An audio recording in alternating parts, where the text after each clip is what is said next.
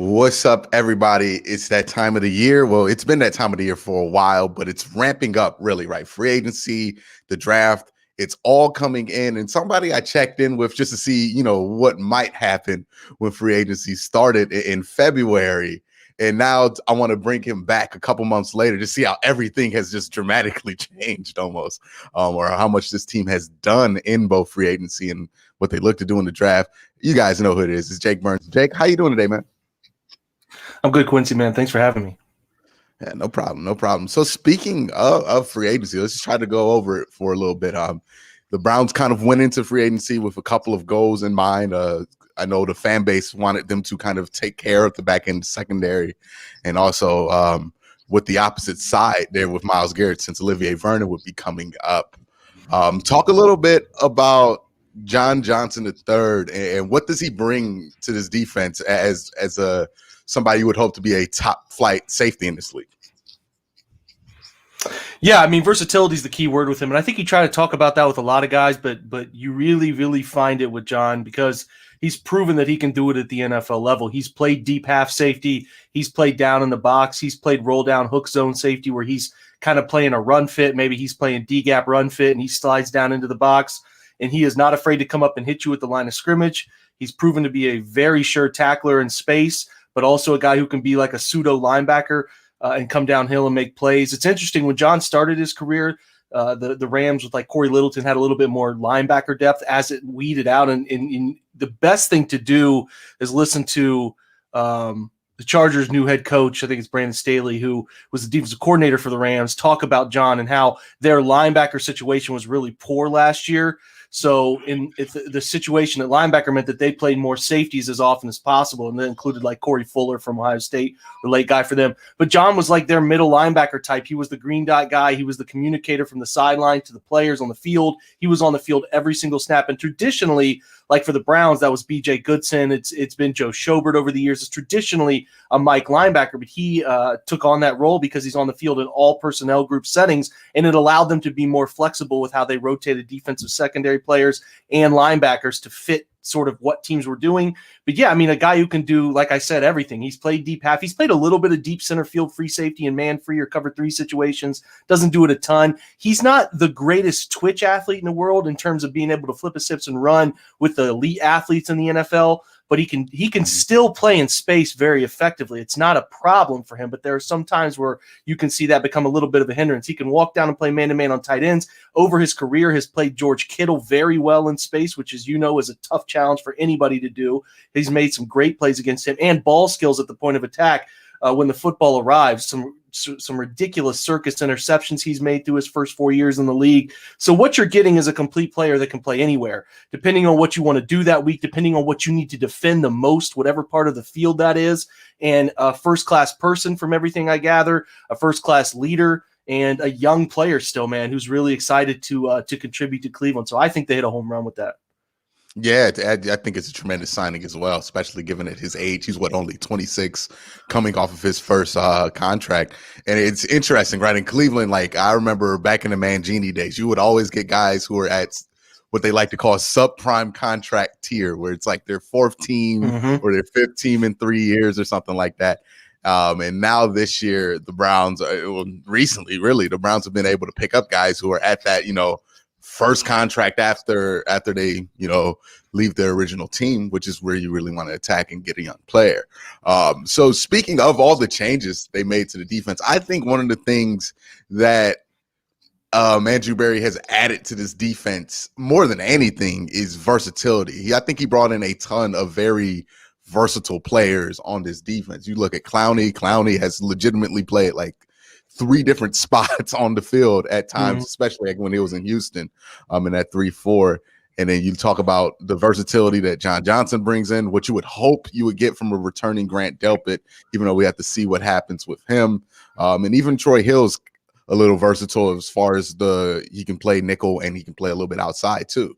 So with that versatility in mind, do you think that's going to be enough for this defense to kind of get over that proverbial hump that's kind of been at their back, when this team has had big leads? They've always kind of gave them up last year because of the defense. Do you think this is enough for them, or do you think they have to do more?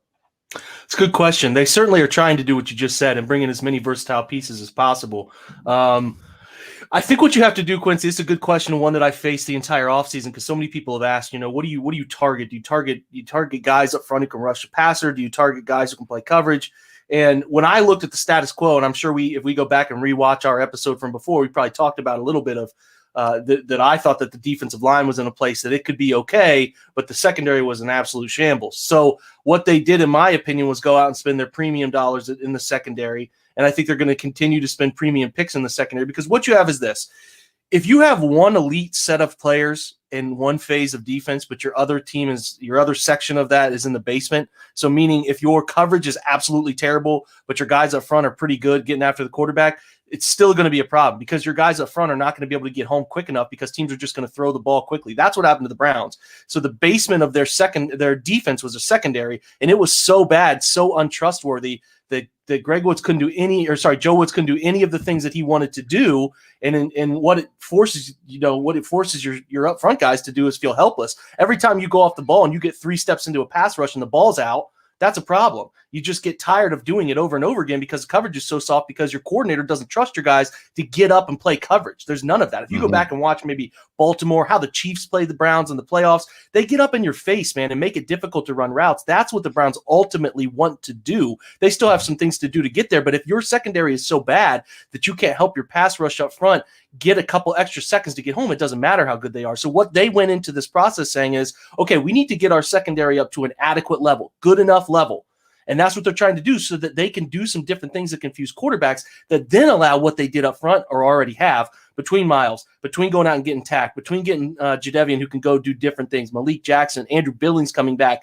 They think they have a really good group up front that they can also still add to in the draft, and they can get after the quarterback now because they have a secondary that they can do more than just sit in quarters and give up easy throws up and down the field. So that's the difference, in my opinion, is they've taken the part of the defense that was the basement, the part of it that was struggling, and made it adequate, which is kind of what Tampa Bay did. If you look at it, they have just invested draft picks and secondary players. None of them have been all-pro guys. Now, Antoine Winfield might get there eventually. None of them are really all-pro guys, but they're good enough, versatile enough guys that can do different things so that their guys up front could go eat and get crazy after the quarterback. That's what the Browns ultimately want to do. Have 2 phases that one is not that big of a problem, that the other one can't handle it. Because if your pass rush is terrible, but your secondary is good, well, then you're probably going to have all these situations where quarterbacks are just hanging in the pocket and eventually somebody gets open. You know what I mean? So you're trying to find a way as best you can to balance having one really good section, but also having the other phase of that, whether that's pass rush or pass defense, that's just kind of good enough to hold it down so the other elite group can get after it and do their job. So I think they did that. You're talking about versatility. Troy Hill was an outside corner for a long time before he became a nickel when Nickel Roby-Coleman left the Rams. He goes inside, takes off. Clowney can play inside. He can play the 3-tech. He can play an A-gap stand-up rusher. You're talking about that. Malik Jackson has different experience up front. He can be a power edge. They mentioned that. Kevin Stefanski did when his press conference. Whole bunch of things, man. So it's exciting to see what they'll be able to do. Like, I'm sure Joe Woods is like, this is going to be fun because I actually have some chess pieces to go out and play with this year. No, it really is exciting to see all the things that you can do. Like even, like myself, I catch myself like on Madden, like adjusting the formations and like you can just like do different package subs and everything. It's just like a lot of just really dorky football nerd stuff that you can do while watching this. Well, at least while waiting on it. And I think that's one of the biggest things for this defense when it comes to improving, because I think last year, I think you said it, the defense, like at points, they would have these moments where they could play well. And I feel like it's because they could do certain things very well last year. They just couldn't do very many things very well. And, whenever it got into a team being able to drop back and attack the soft coverage, it's always been a problem. And I don't really think Myles Garrett has ever had like a great secondary behind him. And he's still been able to produce at the level he has. So hopefully we can see even more out of him with some help too as well. But let's kind of talk about the defensive line situation there, because it's been reshuffled, definitely reshuffled, especially with the release of Sheldon Richardson, no more Larry Ogunjobi, and no more Olivier Vernon. Everybody but Myles Garrett has pretty much been reshuffled in that room. Do you think the way that they kind of reshuffled these cards and that defensive line is going to make for a defensive line that ultimately is going to be better than what they put on the field last year? Or do you think they would be they're hopeful to just get the level of play that they got out of it last season? probably a good question there. I think it's probably they're trying to be as good as they were last year, if not a little bit better, because of flexibility. So what happened was, when you look at what happened with Sheldon, now he could ultimately, by the time we get done with this and the draft's over, he could come back. There's little breadcrumbs of that possibly happening. I'm not sure it does happen, but it could. So what I think is Jadeveon Clowney is best suited to play inside for really effective snaps. Now, I don't know how much Clowney wants to get down and play the 3-tech, but he's really good in there. I'm sure they had that conversation with him about how he best produces in the league. So there's like 15 to 20 Clowney snaps inside. If you included Sheldon and then you included Billings and Jackson and Elliott and maybe drafting a guy, it got to the point for me where it's like, I don't know if there's enough snaps for those guys inside. So when you release Sheldon, it clears up the picture a little bit for me. Clowney can play a little inside with Jackson, who can also play the 3, and then you have Billings and Elliott playing the 1, and then you could probably go get a guy in the draft, maybe Tommy Togiai, maybe Ali McNeil. We'll talk about those draft guys here in a little bit, but there are players that they can also get for those roles that they can feel good about. And then if you want to play 3 defensive ends at one time and feel good about it, I think Takk McKinley is super slept on. I think he had a really bad 4th year with a team that was falling apart and a head coach that's getting fired, and there's just general discussion about his injury and trusting whether he was being honest, and he doesn't trust the team doctors, and it goes sideways quick. But if you look at like 150 years for a year, so he's not a world beater, but he's also kind of like Clowney when he was with Seattle, when he was with Tennessee. They didn't have a dog with him. They didn't have a leader in the front, not the way Myles Garrett is. So those guys are now secondary rushers. And as you know, when you're a secondary rusher, you're getting optimal one-on-one situations, man. So that's where those guys can Clowney and Takk be a better version of McKinley or of Olivier Vernon and Porter Gustin? Sure. I think that's definitely an up, or I should say Adrian Claiborne. So I think that's definitely an upgrade to me in that scenario. So they're better. I think their personnel is better. I love Larry Ogunjobi. I think he had flashes as a player, great person, but I definitely think Andrew Billings can be an upgrade over him. We need Jordan Elliott to prove that he's worth kind of where he was selected. I did not like much of his rookie tape, but maybe he can take a step this year. Hopefully he can, and then they can go draft. I don't think the defensive tackle draft is very strong, but I definitely think that they can go get a guy in the middle rounds who can be a very esoteric focused type of player who can do one thing really well in sub packages, and that can be a guy for him too. So I think ultimately the basement is they're just as good as last year, but I definitely think their hope with going out and doing what they did and getting what they get back is that they can be better than they were last year. Yeah, it's going to be interesting to see what happens there, because again, Clowney, I think he brings a ton to this defense. If he can just stay healthy, though, that's the big question there, right? But let's talk about Takk McKinley, because I think we talked a lot about what Clowney has done on my channel, on your channel, Browns OBR. Make sure you guys subscribe to that. But it's also with Takk McKinley, I think one of the things that bringing in Clowney does is really help out him, because you talk about Clowney's strengths being able to attack inside. Takk, he's had one move that he's done real well his career, which is that outside shoulder bull rush whenever he can get kind of that edge on somebody.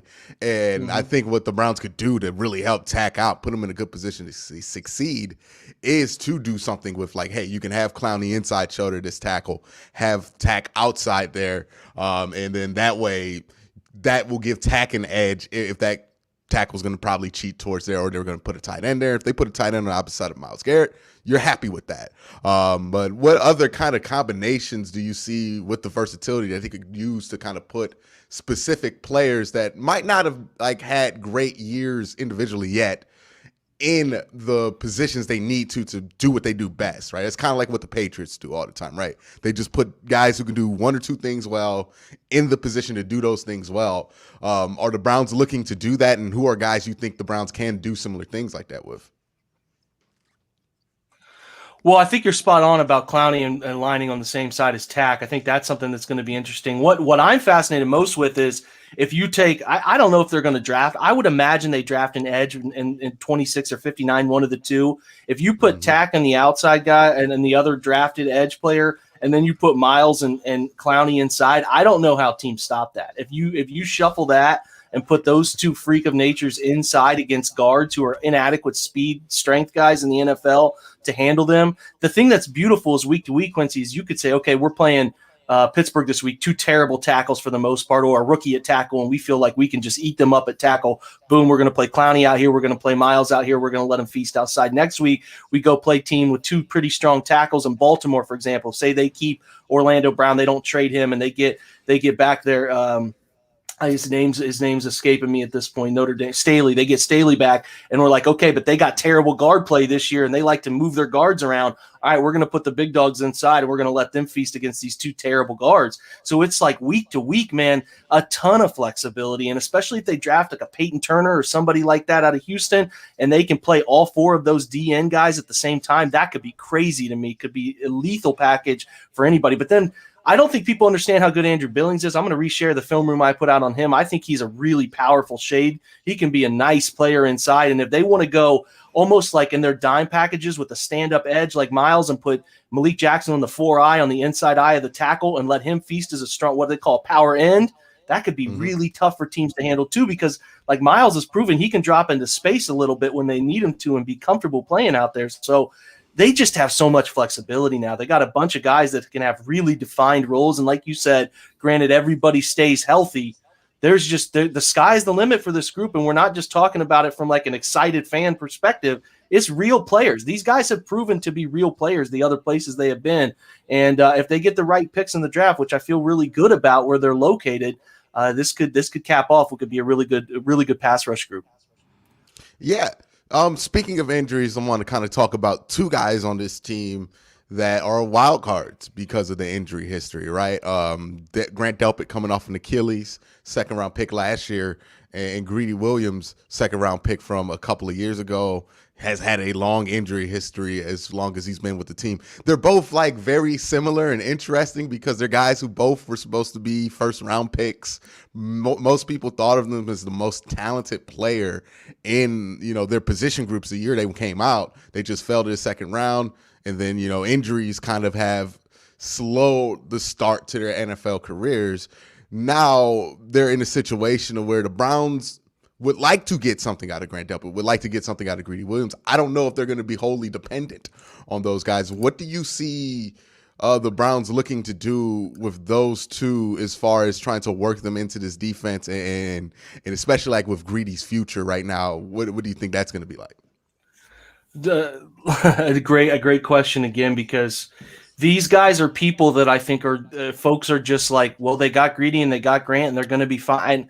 Here's where I sit with it. Greedy's almost fighting for his NFL life. He had an borderline okay rookie season. And then, with nerve damage to your shoulder, you never know. And if he comes in this year and they say he's on track, but he has one setback, he goes to make a tackle in camp or whatever, then all of a sudden you're in year 3 of a 4-year contract for a 2nd-round pick. And it's like, man, we might not ever get anything out of this player. So it could get to the point too, Quincy, if they're in a short range, maybe they draft a couple corners and maybe they go out and sign like Garyon Conley or Steven Nelson, somebody like that, where Greedy could be a borderline cut candidate. I'm not saying he's getting cut, but I'm saying when you get to get rosters that are this good, this competitive, and you're running out of space and you don't feel good about a player ever being healthy in their first 4 years, it's a thing that could be on the table. So Greedy, and I'm sure he's viewing it today, is fighting for his NFL life with the Browns. He's got to prove he can get back and be healthy. That's imperative for him. It's imperative for the Browns because they're better with him, I think, than without him, obviously. When you talk about Grant, it's another thing that's interesting to me when you think about the safety room. I think people are like really pumped about the safety room, and I am too. But Ronnie Harrison's coming up on the final year of his rookie deal. We think he's pretty good. He had some real moments last year. But if he doesn't play, you never know on these things. If he doesn't play up to par, maybe he doesn't come back the next year, and then all of a sudden you're a little thin there. So it's like I don't expect them to punt on safety in the draft at all. I could see them even getting a Trevon Merrick in the 1st round if he's there from TCU. Like there are some guys that I would definitely be interested in for the long-term setup of the safety room. So you look at it with Grant, and my opinion is it's a giant mental burden. I think, if you go back and watch the injury, which Cleveland Browns Daily was showing the drills that day, ironically enough, and he just went up to catch a football in position drills and just landed. He didn't get hit. It wasn't in a live play. It was jump up, catch a football, land, and you tear your Achilles. So it's like it's a big mental thing getting back out on the field. He probably hasn't been back out on the field in Berea since it happened. He hasn't worn full pads since it happened. It's going to take a lot more time than people think. Like, I kind of equate it to how they dealt with Ronnie when they traded for him last year, and people were like, okay, Ronnie Harrison, plug and play, we'll be good.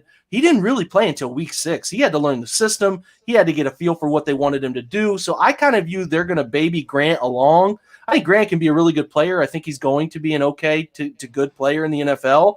Just has to get past that mental burden, show he's healthy, can do all the cutting, and feel like he needs to feel like a guy like Keanu Neal in Atlanta talked about how it took him 2 years really mentally to get over an Achilles tear before he felt like he was himself again. So I just think we need to temper expectations with both of these guys. If they come out and they play and they're fine and they're healthy, and that's great. That's the best case scenario. But I can guarantee you behind the walls in Berea, they're banking on not having those guys in a full-on capacity like some people think. And I think they're preparing for otherwise. So, we'll see. I'm not here to be a Debbie Downer about those two players. I think they can both be real NFL defenders, but I think you also have to keep it 100 about, like, this is the situation they're dealing with. We don't know about Greedy till we see it, and I think they're going to be very cautious with Grant bringing him back. So there's going to need to be some expansion at that position in the draft, and maybe even looking at some veterans down the line in free agency. Yeah, and also, people got to remember, like, Achilles tear, that's probably like a 12-month, 12-month plus recovery time for him. Yeah. And he tore that thing in August. So we're talking about like late August, he's finally out on the field. Maybe September, he's starting to do full practice. Like, he has a long timetable before he's going to be able to, we're really going to be able to see what he can produce. Probably till like next year is when you're really going to be able to give him a fair shake at it, right? If he stays healthy through all this too, it's important. But that's been a nice talk about what the Browns have on the roster right now, the free agency, everything else. Now we're going to talk about the draft, but that's going to be in part 2 of this video, so just keep your eyes out for that. Make sure you subscribe. Jake, also, while they're waiting for part 2 to drop, let them know where to find you. Yeah, we are at the OBR, which is our Orange and Brown website. That's $1 for the first month for any fans out there who are diehard Browns folks. At Jake_Burns18 on Twitter, and then I have an OBR film breakdown Twitter channel at the OBR Film BDN. And then, like Quincy mentioned earlier, we have our own YouTube channel that is just basically the OBR as well, where we put up nightly podcasts and some different film room content. And man, I got a lot of stuff to talk about here. And then I do my own podcast, which is the OBR Film Breakdown Podcast too, man. So a huge thank you for having me on, man. Thanks for letting me shout out everything. All right, guys. Check it out, and have a good one. Have a great night.